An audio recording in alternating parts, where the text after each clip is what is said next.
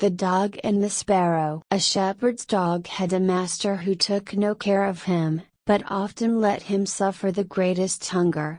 At last he could bear it no longer, so he took to his heels, and off he ran in a very sad and sorrowful mood.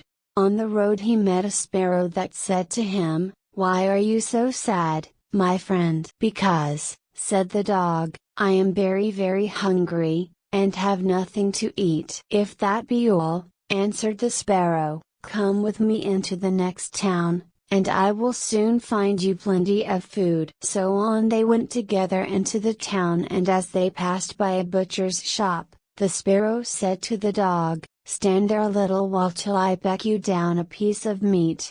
So the sparrow perched upon the shelf, and having first looked carefully about her to see if anyone was watching her, she pecked and scratched at a steak that lay upon the edge of the shelf, till at last down it fell.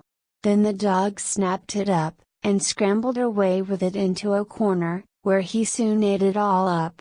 "Well," said the sparrow, "you shall have some more if you will, so come with me to the next shop, and I will peck you down another steak." When the dog had eaten this too, the sparrow said to him, "Well, my good friend, have you had enough now?" "I have had plenty of meat," answered he, "but I should like to have a piece of bread to eat after it." "Come with me then," said the sparrow, "and you shall soon have that too." So she took him to a baker's shop, and pecked at 2 rolls that lay in the window, till they fell down, and as the dog still wished for more, she took him to another shop and pecked down some more for him. When that was eaten, the sparrow asked him whether he had had enough now. "Yes," said he, "and now let us take a walk a little way out of the town." So they both went out upon the high road, but as the weather was warm, they had not gone far before the dog said, "I am very much tired, I should like to take a nap." "Very well," answered the sparrow, "do so, and in the meantime I will perch upon that bush." So the dog stretched himself out on the road, and fell fast asleep. Whilst he slept, there came by a carter with a cart drawn by 3 horses, and loaded with 2 casks of wine.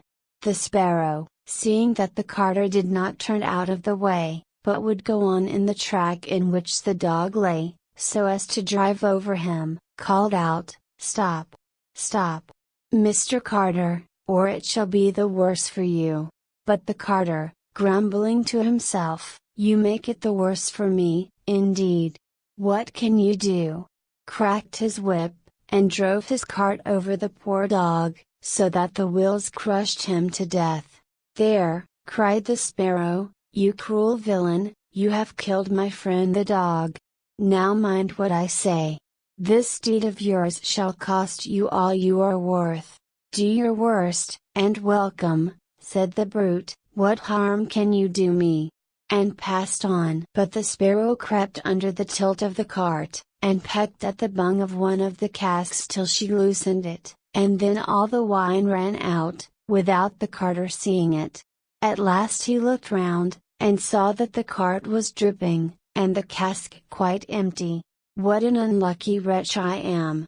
cried he. "Not wretch enough yet," said the sparrow, as she alighted upon the head of one of the horses, and pecked at him till he reared up and kicked.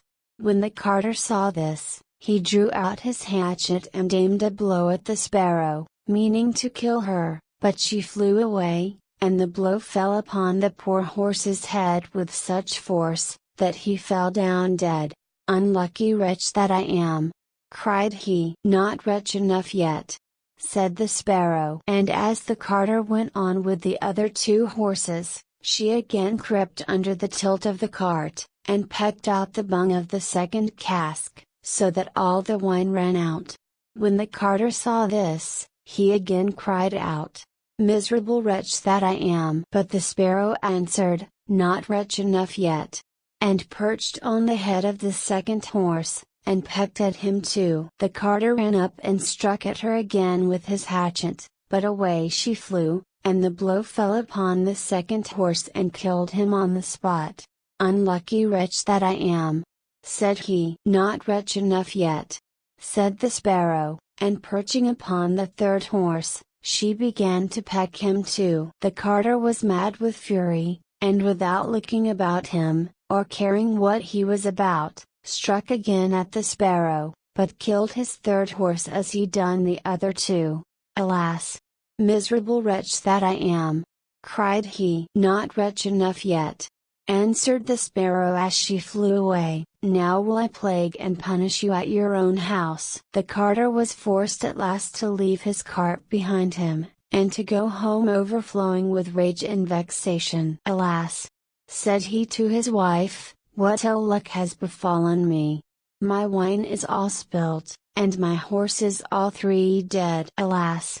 husband," replied she, "and a wicked bird has come into the house, and has brought with her all the birds in the world, I am sure, and they have fallen upon our corn in the loft, and are eating it up at such a rate."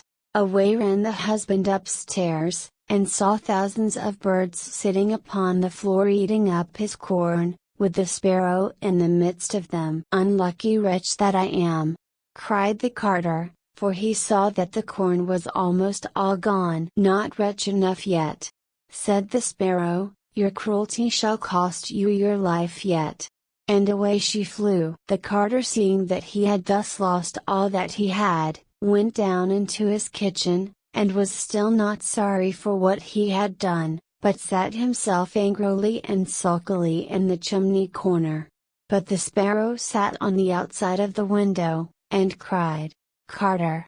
Your cruelty shall cost you your life." With that he jumped up in a rage, seized his hatchet, and threw it at the sparrow, but it missed her, and only broke the window. The sparrow now hopped in, perched upon the window seat, and cried, "Carter! It shall cost you your life." Then he became mad and blind with rage, and struck the window seat with such force that he cleft it in two, and as the sparrow flew from place to place, the carter and his wife were so furious, that they broke all their furniture, glasses, chairs, benches, the table, and at last the walls, without touching the bird at all. In the end, however, they caught her, and the wife said, "Shall I kill her at once?" "No," cried he, "that is letting her off too easily. She shall die a much more cruel death. I will eat her." But the sparrow began to flutter about, and stretch out her neck, and cried, "Carter! It shall cost you your life yet." With that he could wait no longer, so he gave his wife the hatchet, and cried, "Wife, strike at the bird and kill her in my hand." And the wife struck, but she missed her aim, and hit her husband on the head so that he fell down dead, and the sparrow flew quietly home to her nest.